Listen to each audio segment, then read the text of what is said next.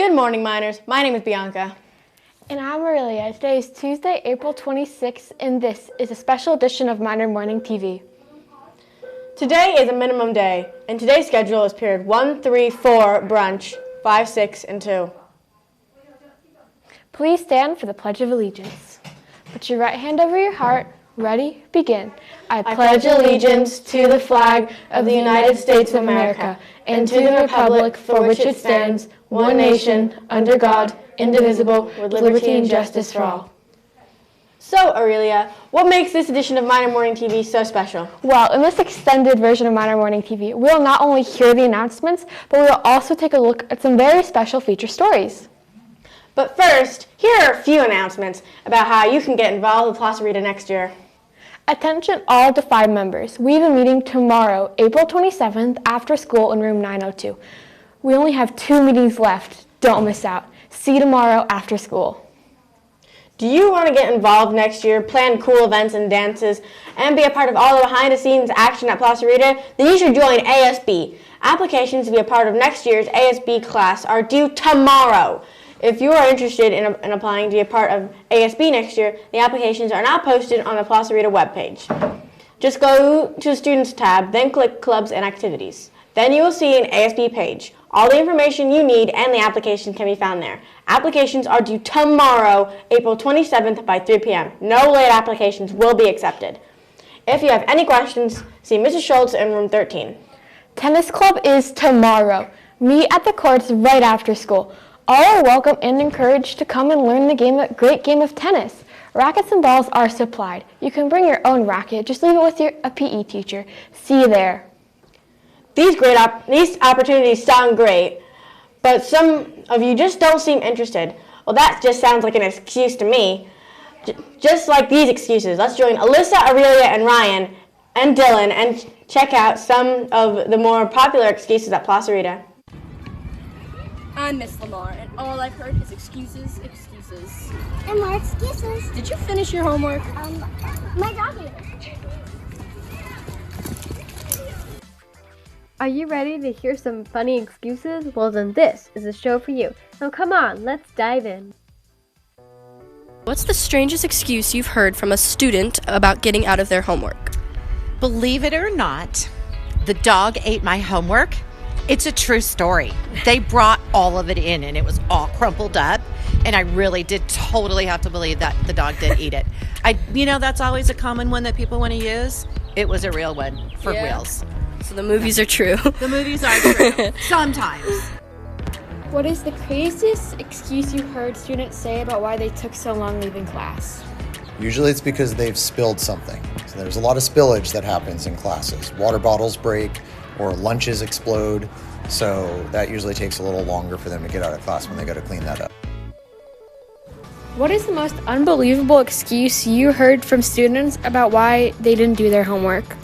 Oh goodness. Okay, so the most unbelievable excuse I've ever heard was that my homework caught on fire.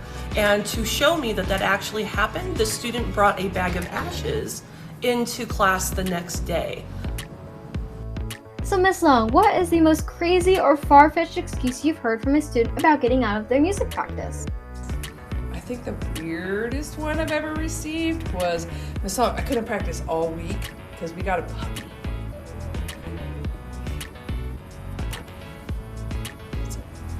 Thank you. What's the funniest excuse a student has said to get out of running? Well, it's not really an excuse, but we did get a doctor's note excusing the student for participation, and it was obviously forged because he spelled doctor D-O-K-T-E-R.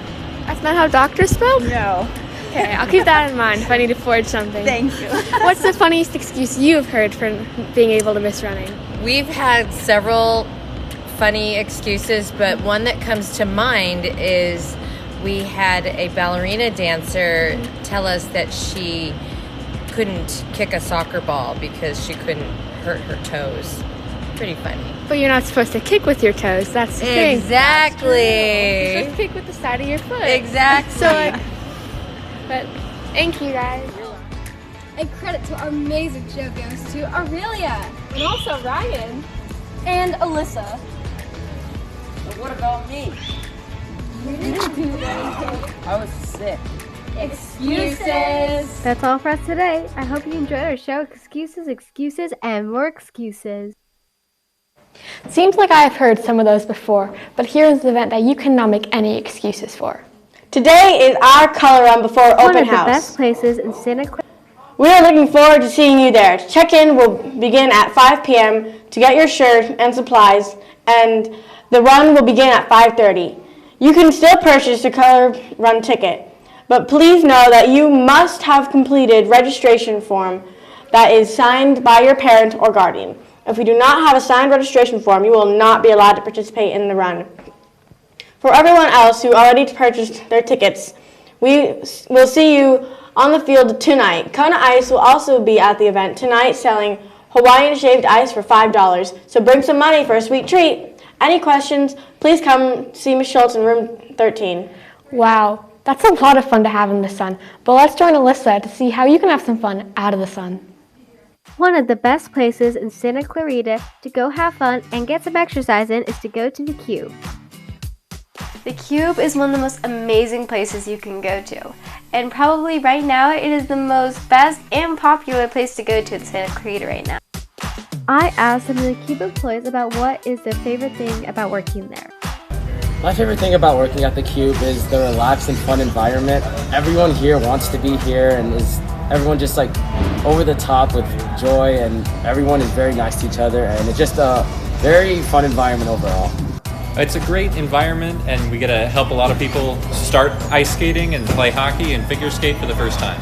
I then asked them how they think the Cube is helping out the community. I think the Cube is helping the community by bringing up together many different groups of people, whether they're here to ice skate or play hockey. It brings like a great sense of communion in different groups, and everyone just comes here to have a good time and really just explore their interests and just have fun. The Cube's a great spot. It's one of the most used places in Santa Clarita. People come here to skate, how to learn to skate. We also have events here, and we have a lot of outreach to get people started and keep our initial programs cheap so anyone can learn to skate and go from there for a cheap cost to the customer. All this running and ice skating is making me work up a sweat. And after a good sweat, something cool sounds nice. Let's go over to Mia with a place to cool down with a sweet treat.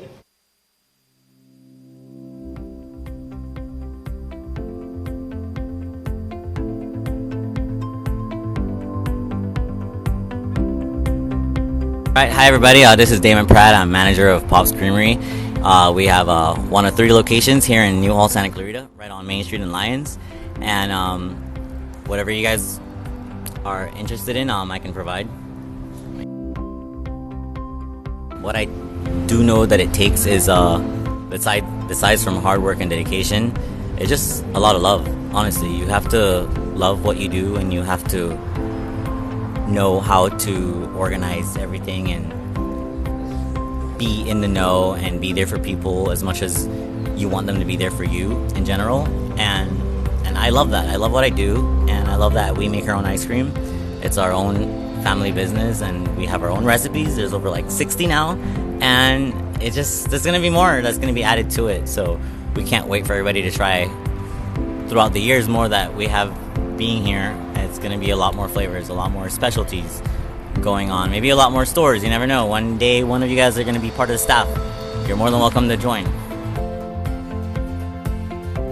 The stuff we have is like, you get a little bit of traditional, there's exotic fruits from all over the world, and we love to feature mostly exotic fruits from all over because Los Angeles, I mean, to say in fact, like LA is so diverse. There's so much diversity. People come from all over and they live here, they either visit here or they come for work and this and that, and it's just like, why not have every flavor on display that someone can relate to? It can make someone's day. Something as simple as coconut, something as fascinating as a lucuma. You know, lucuma is a South American fruit native to the Andes in Peru, Chile, Ecuador, and it's just so unique that sometimes it doesn't have to be someone from Peru or South America that knows about it. Like, they either heard about it because it's also being found in parts of Southeast Asia. So a lot of fruits that we have, different cultures can connect to, and they either have a different name or a way of knowing it and saying it.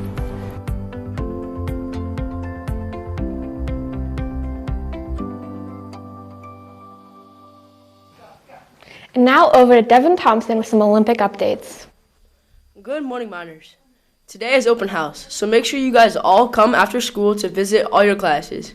We are also going to be having our own color run at 5 o'clock to the field. Come to the field to check out and get your shirts for the color run.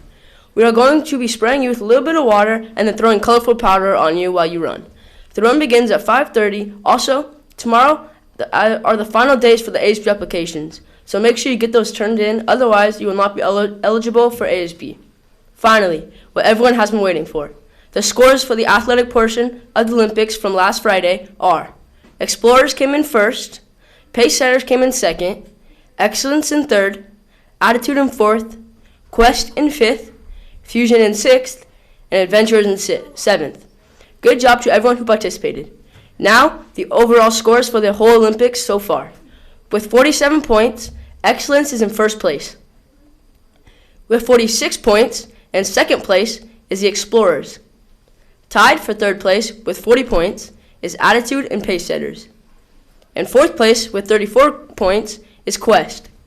And in fifth place with 32 points is Fusion. And last but not least, Adventurers are in sixth with 29 points. Good job to all the teams. This is still anybody's game, so make sure you keep coming out to cheer on your team. This Friday is the academic portion of the Olympics. If you are participating, make sure you are ready to answer all the questions and help your team win. The quote of the week is, folks are usually about as happy as they make their minds up to be. Abraham Lincoln. Well, that is all for me. Have a great week, Miners. Thank you, Devin. Placerita has a very rich history in Newhall. But have you ever wondered how the Miner became our mascot? Let's join Ryder and the crew to get a little history on the Placerita Miner. Ever since the beginning of Placerita, there's been one man behind it all. One person behind the scenes. One face to watch it all go down. Not Joe. No, Placerita's lovable mascot, the Miner. Now, we've seen this guy around campus, whether that be on the gym walls or on your student ID. But don't you think it's about time we learn a little bit more about our wonderful Miner mascot? Hi, I'm Sophie Serrano, and I'm here with Mr. Turner to talk about our lovable mascot. How long has the Miner been our mascot at Placerita? That's a great question, Sophie. The Miner has been our mascot as long as Placerita has been here. When the school opened in 1960, the Miner became the mascot and has been the mascot ever since. Why is the Miner our mascot? Why? That's a great question. Back in the early history, really, of our valley, miners were here and did spend some time mining for gold. The infamous gold rush that happened in California in the 1840s was a really big deal. So not only in Northern California, but also here. And the truth is, gold was found here in our valley first. And not only just here in our valley, but also in Placerita Canyon. So, and even the word Placerita is related to the small pebbles, the placer, in the bottom of the streams where they actually mined for gold. So gold miners, mining is really a part of our, not only just our valley history, but since we were the first junior high, we wanted to represent that history well.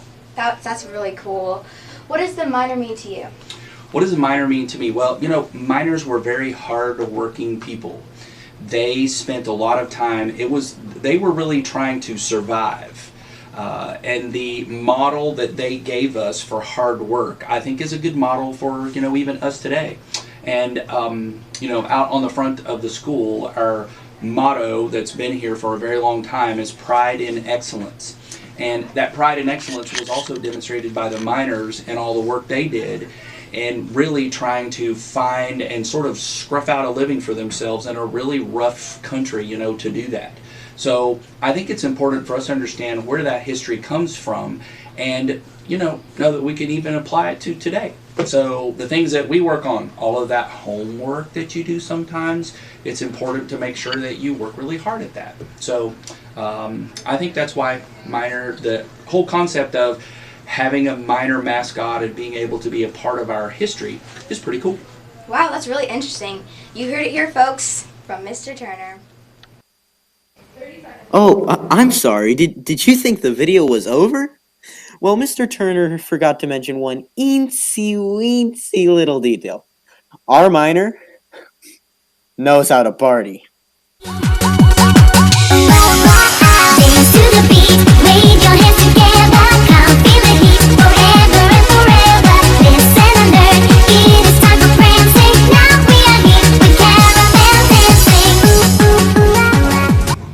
Before we end this special edition of Minor Morning TV, we have one more video to share. A lot of students ask about how easy it is to run Minor Morning TV. Well, let's join Jake and Charlie with a behind-the-scenes look at Minor Morning TV. Every morning, there is so much more that goes into Minor Morning TV than you guys can see on your screens. So, let's get into a behind-the-scenes of the Minor Morning TV jobs. First, we have the teleprompter. Every morning, they have to change the script so it can show up on our teleprompters and tell the anchors what to say. Then, we have graphics. They change the graphics and pictures for the back screen of the anchor.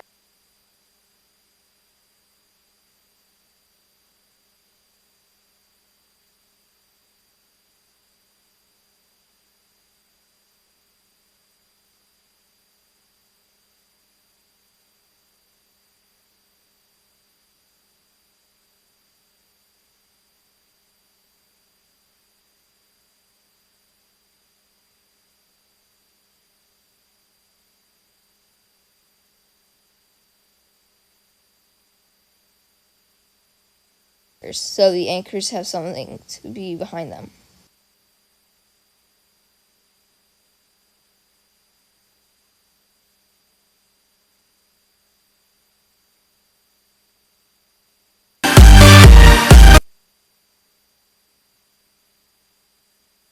Every morning, there is so much more that goes into Minor Morning TV than you guys can see on your screens. So, let's get into a behind-the-scenes of the Minor Morning TV jobs. First, we have the teleprompter. Every morning, they have to change the script so it can show up on our teleprompters and tell the anchors what to say. Then, we have graphics. They change the graphics and pictures for the back screen of the anchors, so the anchors have something to be behind them. The tech director swaps the cameras every time we need a different angle, and also plays all the videos. Our camera operators make it so the cameras are facing the right way and control how much zoomed in they are. The audio has to hand out the mics and change the audios of the anchors. And the anchor are the people on your screen who talk in front of the camera. Good morning, miners. The producer has to make sure everything is going well and tell people what to do. Thanks for watching. Well, we hope you have enjoyed this special edition of Minor Morning TV. Today you began your MathCast test. From all of us at Minor Morning TV, we want to wish you good luck on your test too. Every day at Placer is a holiday. Today's Get Organized Day. That's right. If you have been putting off organizing your space for ages, today's the time to stop procrastinating. That's all for us today. I'm Bianca. And I'm Aurelia. Have a totally tubular Tuesday, miners, and see you at open house tonight.